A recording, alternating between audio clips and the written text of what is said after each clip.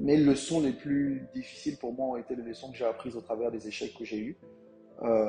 Parfois dans mes résultats scolaires, j'étais un enfant, euh, après ce qu'on me dit, j'étais un enfant brillant, mais euh, je suis perfectionniste aussi sur les bords, donc j'aimais pas avoir de mauvaises notes ou avoir des notes en dessous de ce à quoi je m'attendais, et puis des expériences surnaturelles autour de moi.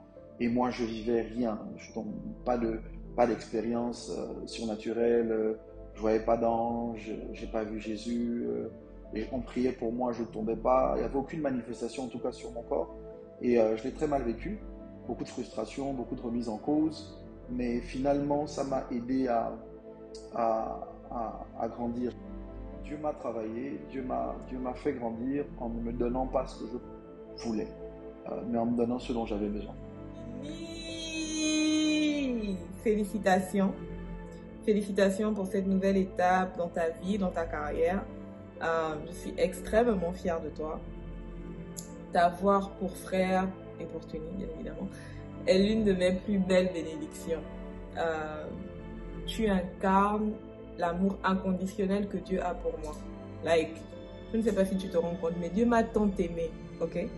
Dieu m'a tant aimé qu'il m'a fait l'honneur et la grâce de t'avoir pour frère. Il m'a tant aimé qu'il m'a fait l'honneur et la grâce d'être aimé par toi d'un amour inexplicable. Et je suis tellement comblée par l'amour que tu me portes, par notre relation, que je ne prends pas pour acquise d'ailleurs, que même quand je veux me fâcher contre Dieu, je ne peux pas à cause de toi. Parce que ta présence dans ma vie est l'une des plus belles preuves d'amour que Dieu aurait pu me faire. Et ta présence dans ma vie la rend meilleure, tout simplement. Donc je voulais juste te dire merci.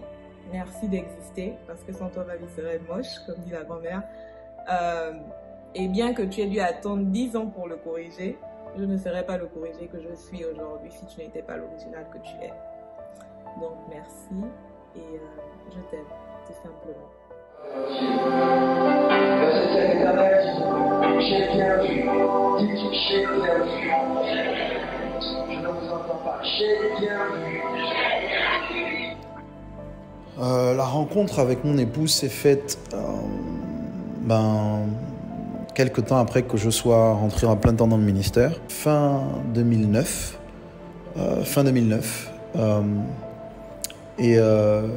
Donc je le vis, du moins on se rencontre de manière imprévue. Elle est invitée par une amie à l'église. Et quand on vit notre relation de couple, bon, clairement, les principes bibliques à mettre en place, donc tout ce qui est lié à la façon dont on courtise une jeune fille dans l'église, les limites à poser. Et donc, bon, les choses se passent dans les normes, mais je pense que l'une des choses qui a été les plus bénéfiques pour moi, c'est de me rendre compte que cette période m'a permis de faire confiance à Dieu et de faire confiance aux gens que Dieu a mis en autorité au-dessus de moi, donc mon père spirituel entre autres, ma mère biologique, et parce que j'avais peur de me tromper. Je pense un peu comme tout le monde, conscient de mon destin, conscient de ce que je voulais vivre avec Dieu. J'avais peur de ne pas faire le bon choix en termes d'épouse. On me disait souvent, si tu manques Jésus, c'est l'enfer. Si tu te trompes dans ton mariage, c'est l'enfer sur terre.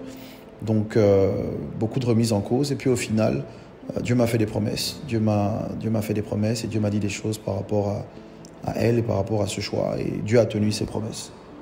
Vraiment.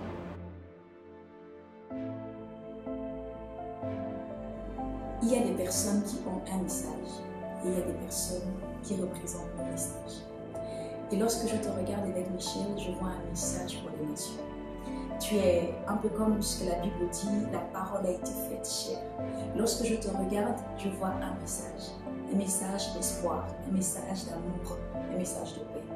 Il y a des personnes qui donnent et il y a des personnes qui représentent le don. Lorsque je te regarde encore avec Michel, je vois un don. La Bible dit car Dieu a tant aimé qu'il a donné, pas une voiture, pas de l'argent, mais Dieu a donné un homme.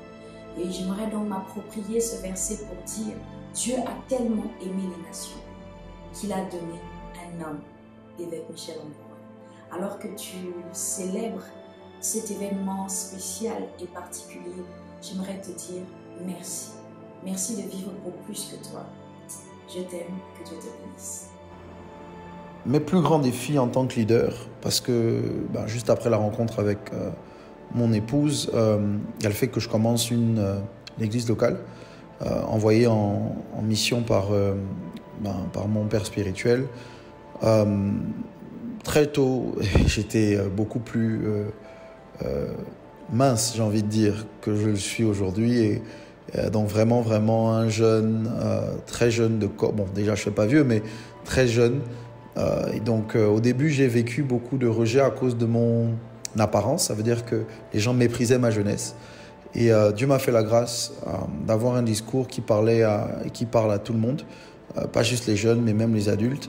Et donc je pense que c'est la sagesse que Dieu m'a donnée, ou du moins ce que Dieu a mis à l'intérieur de moi, qui finalement m'a permis d'être accepté par les gens vers lesquels Dieu m'envoyait.